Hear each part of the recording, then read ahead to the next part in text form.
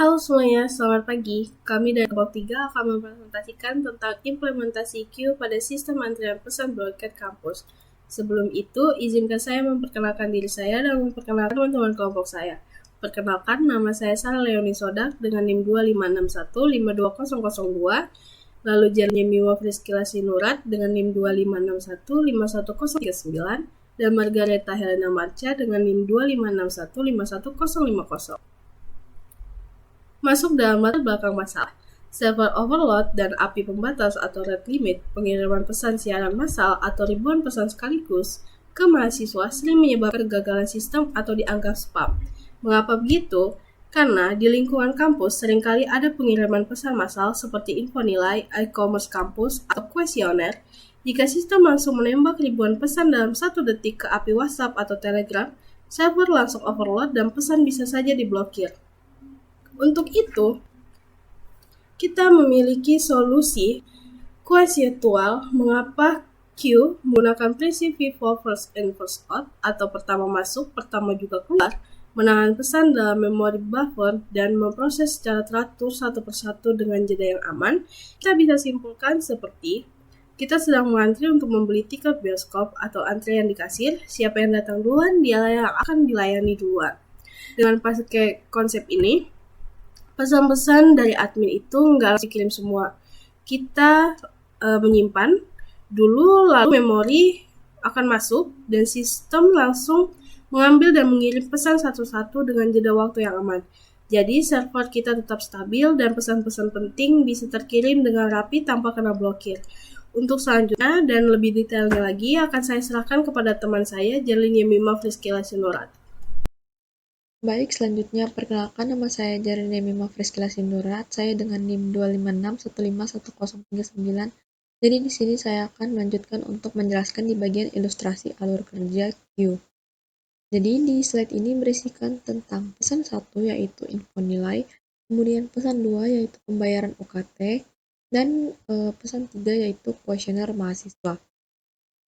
Kemudian di sini ada DQ, ambil pesan, lalu Q, dan NQ atau tambah pesan. Jadi ilustrasi alur kerja Q ini yaitu di dalam Q ada 2 titik penting yaitu rear atau ekor di bagian pesan 3 kuesioner mahasiswa ini dan front atau di bagian depan yaitu di bagian pesan 1 atau info nilai. Nah, jadi ketika admin baru menginput pengumuman yang baru, proses ini akan disebut dengan NQ atau tambah pesan. Nah, pesan tersebut akan masuk dari belakang di bagian pesan ketiga ini dari posisi paling belakang dan akan menunggu gilirannya di dalam buffer. Kemudian, bot atau sistem pengirim akan mengambil pesan dari posisi paling depan atau front yang di bagian pesan 1 atau info nilai ini untuk mengambil dan menghapus pesan yang sudah terkirim dari antrean. Nah, proses ini disebut dengan DQ atau ambil pesan. Dengan alur DQ dan NQ yang berjalan terus-menerus, kita bisa memberikan jeda atau delay yang aman untuk setiap pesan yang akan keluar. Selanjutnya, sekarang saya, Margareta Helena Marcha, NIM 256151050, akan mendemonstrasikan implementasi antrean menggunakan bahasa Python. Pertama, bisa kita lihat di baris paling atas, kami mengimpor the queue dari library bawaan collection. Dalam struktur data, kita menggunakan the queue atau double-ended queue alih-alih tipe data list biasa karena the queue jauh lebih efisien dan cepat untuk operasi menghapus data dari posisi paling depan. Kami juga mengimpor time untuk membuat simulasi delay jaringan nanti. Selanjutnya, kami membuat kelas bernama broadcast queue. Di dalam fungsi inisialisasinya, kami membuat variabel antrean pesan yang berupa sebuah DQ kosong. Variabel inilah yang akan menjadi wadah antrean pesan kita. Kami juga membuat fungsi isEmpty yang mengembalikan nilai true jika panjang antrean sama dengan 0. Ini berfungsi untuk mengecek apakah masih ada pesan yang mengantre atau tidak.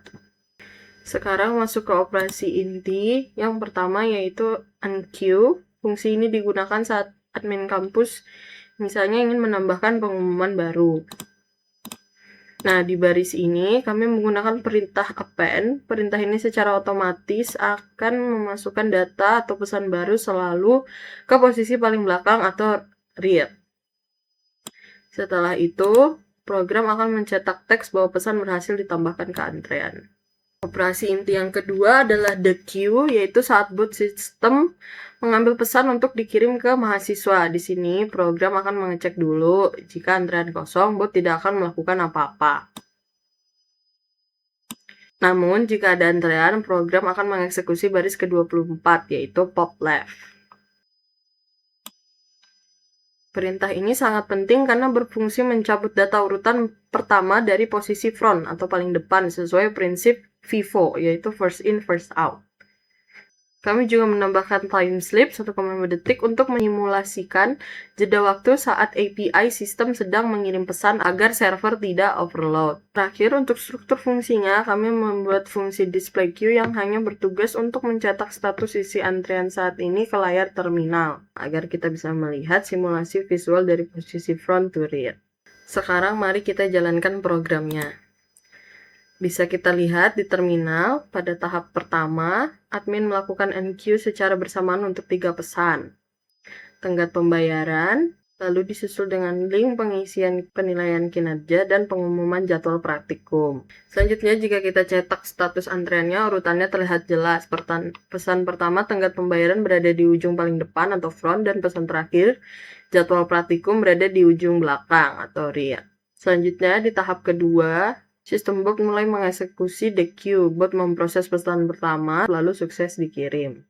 Jika kita cek lagi antreannya, pesan pertama tadi sudah hilang dari buffer dan sekarang pesan penilaian kerja dosen yang maju menepati posisi front.